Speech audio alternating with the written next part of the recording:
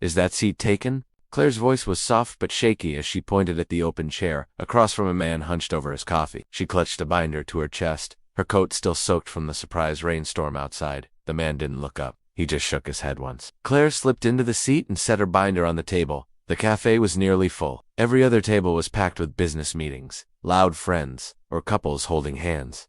She just needed a moment, a quiet one. She opened the binder and stared down at the pages. They were smudged wet at the edges.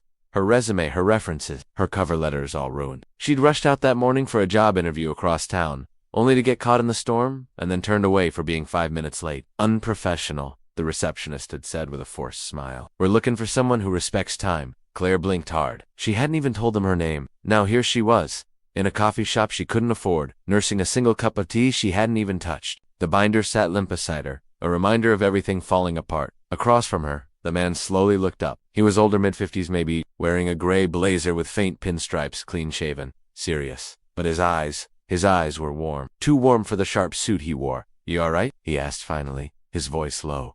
Claire hesitated. Just a bad day. He nodded once, then returned to his newspaper.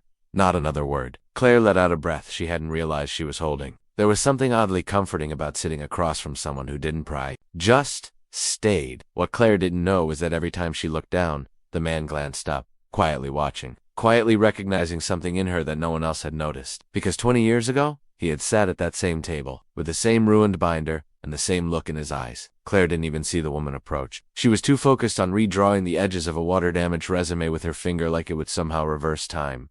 Excuse me, said a sharp voice. Claire looked up. A woman in a red blouse and heels stood beside the table. I'm sorry to interrupt, she said, but Mr. Lennox would like to see you. Claire blinked. I think you have the wrong person. The woman shook her head. You're Claire Morrison? Right. Yes. He asked for you specifically. Conference room upstairs. Claire looked at the man across the table, the one who had barely spoken. He folded his newspaper and stood. I figured if you weren't going to tell me your story, he said calmly, I'd give you a chance to show me instead. I don't understand, Claire stammered. He extended a hand. My name is Thomas Lennox. I'm the owner of this building. I sit up there in the corner office everyone avoids. You sat across from me thinking no one noticed you. Claire's heart raced. But I did, he added. He nodded to the woman beside him. This is June, my assistant. She'll walk you upstairs. We've got 10 minutes before my next meeting. You in? Claire stood slowly. Yes, I'm in. June smiled. Follow me. Claire walked upstairs in a daze, her heels squeaking on the marble steps. Inside the sleek boardroom, she sat across from Thomas, still unsure what was happening. I started this company cleaning buildings at night, he said plainly. I didn't have connections or credentials, just grit. He pointed to her soggy binder. That's grit. Showing up, drenched, tired, and still asking, is that seat taken? That told me everything.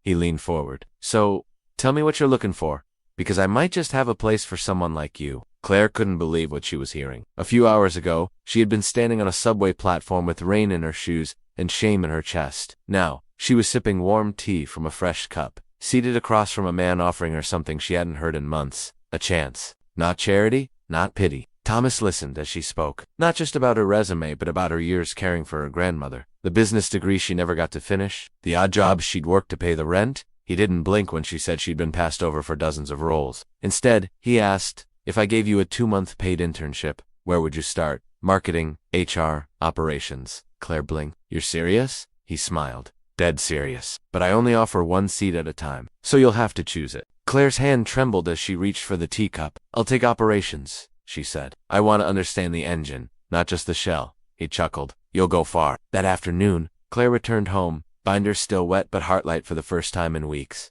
She told her roommate everything. They cried, then laughed, then cried again. The next morning, Claire walked into the same building but this time through the front doors. June met her in the lobby, handed her a badge, and led her to a small desk just outside Thomas's office. You'll shadow him directly, she said. He thinks you have potential.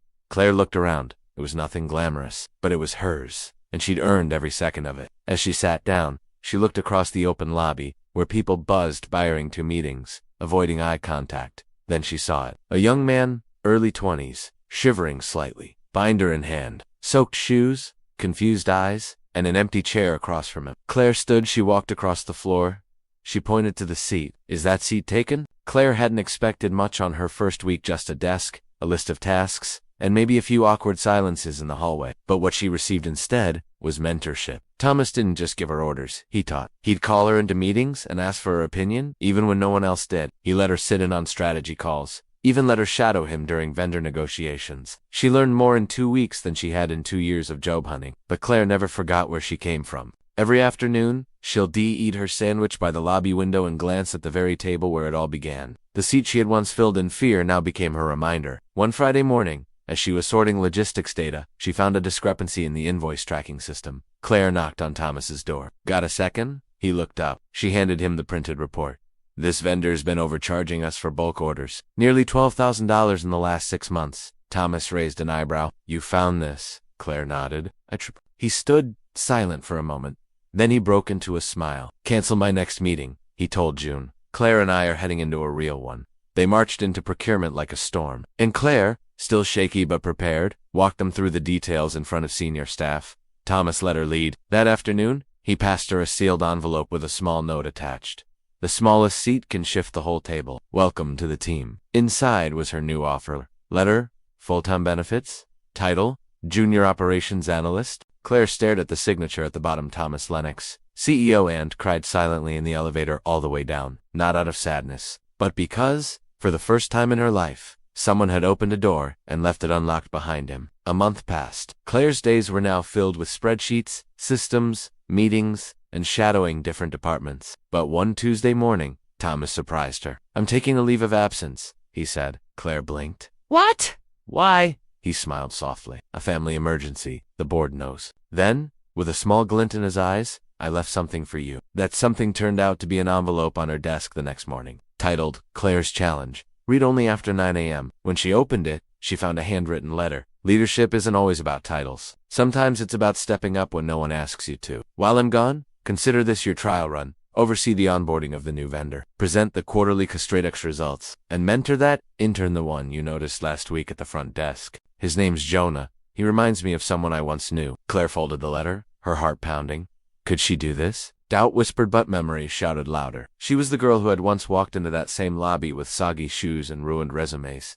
She could do this. Claire rolled up her sleeves and went to work. The 2 weeks flew by. Her inbox overflowed. She messed up. Once she booked the wrong room. Another time she'll double-scheduled 2 meetings. But she fixed them. She stayed late. She prepared reports herself. She coached Jonah through his first presentation. When Thomas returned, he walked into a thriving office. "Anything on fire?" he joked. "No flames," Claire said. "Just forward motion." "Good, because I have one more surprise." It was a warm spring afternoon when Thomas asked Claire to meet him downstairs in the cafe. She hadn't been back to that table since the day everything changed. He was already seated when she arrived, table 9.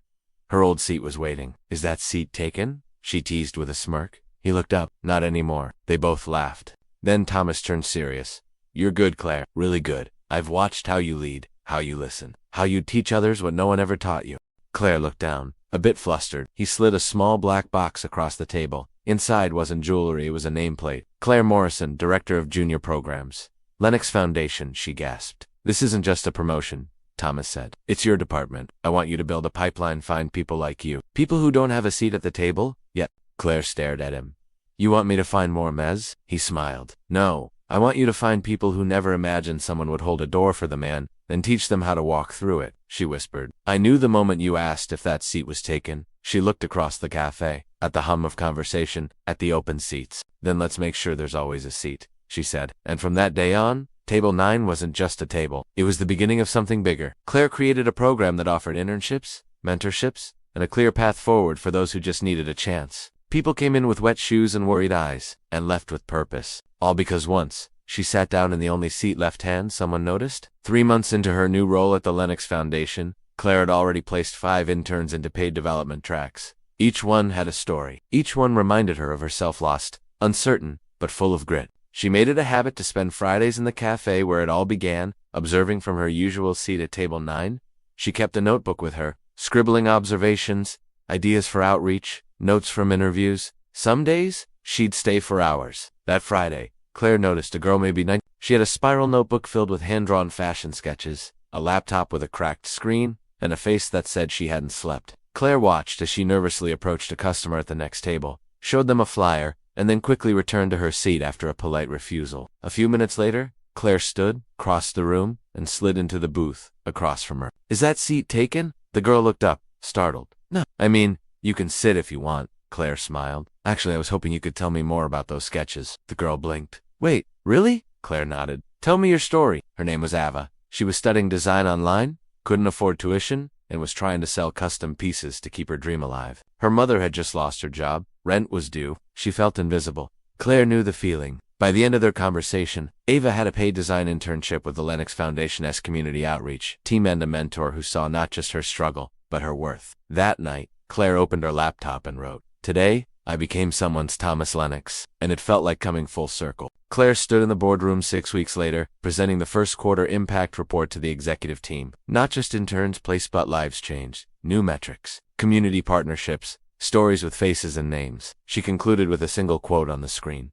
"Access is power, but belief is everything." When she looked up, Thomas was already clapping. The room followed. After the meeting, one of the senior VPs pulled her aside. "You've done something here," he said. "We've been talking about impact for years. You built it, quietly, boldly." Claire smiled. "I just remembered what it felt like to have nothing but a soggy binder and a stubborn dream." Later that evening, Thomas knocked on her office door. "Do you ever think about what's next?" he asked. She looked up. "For me," he nodded. Claire leaned back. "I used to think next was a job title. Now I think it's building a world where people don't have to ask for permission to dream." Thomas grinned. "Then maybe it's time we stop thinking of you as my protege and more like my partner." Claire stared at him, stunned. "You mean executive director?" he said. "Co-leader of the Lennox Foundation. I stay on the big picture. You handle the programs. You've earned it." Claire couldn't speak, so she just nodded. And the next morning, a new plaque was mounted on the wall outside her office. Claire Morrison, Executive Director, Lennox Foundation, and next to it, taped up with blue painter's tape, was a faded sticky note from Thomas.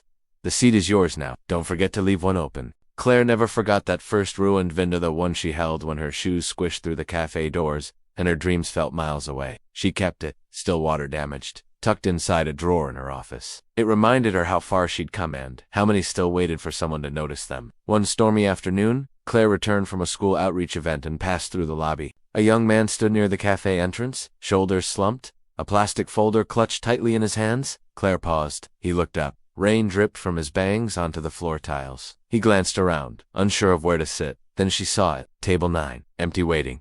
Claire stepped forward. She walked to the table, pulled out a chair, and waved him over. "Hey," she called gently. "Is that seat taken?" He stared at her for a beat, then smiled and shook his head. She sat down, extended her hand.